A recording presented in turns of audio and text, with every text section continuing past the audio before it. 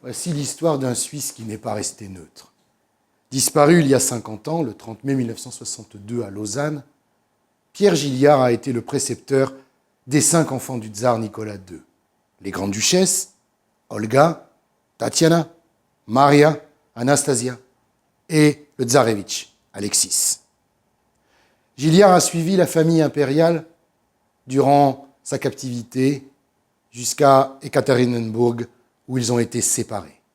C'est d'ailleurs ce qui lui a sauvé la vie, car Nicolas II et sa famille ont été exécutés par le régime bolchevique peu de temps après.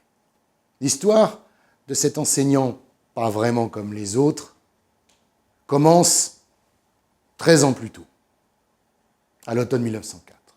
Il a 25 ans.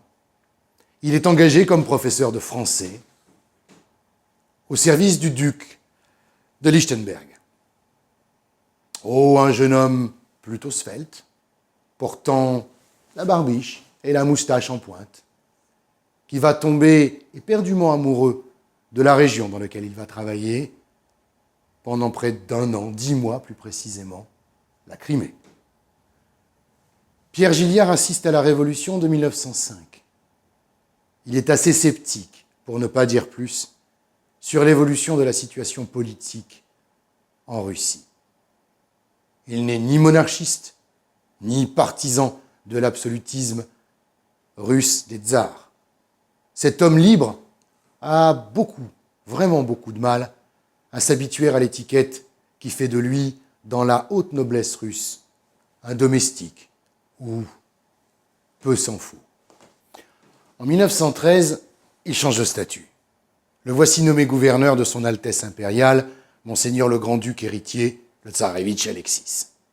Il suit désormais la famille impériale dans tous ses déplacements et partage avec le tsar Nicolas II et son épouse Alexandra la très lourde responsabilité de veiller sur un héritier atteint d'hémophilie. Au lieu de surprotéger l'enfant, il propose de prendre en compte le risque. Une photo prise par Gilliard montre Alexis coupant du blé avec une petite serpe, de quoi faire frémir. C'est pourtant le prix à payer pour que le tsarevitch puisse grandir comme les autres garçons de son âge. Un autre homme va intervenir dans la santé d'Alexis, Raspoutine. On lui prête à l'époque des pouvoirs quasi miraculeux. C'est oublié un peu vite que les médecins de la cour, ignorant les effets de l'aspirine qui fluidifie le sang, en avaient prescrit de fortes quantités pour soulager les douleurs du jeune malade. Or, sitôt averti, Raspoutine interdit tout médicament, supprimant sans le savoir cette cause de saignement. Sans aspirine, mais avec une solide tradition helvétique, Gilliard va adoucir le protocole.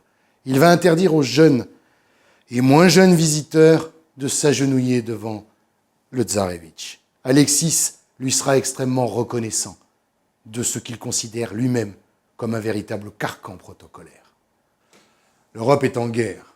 Printemps de 1917, la situation politique en Russie oblige le tsar Nicolas II à abdiquer au profit de son fils, puis de son frère Michel, qui renonce lui aussi au trône.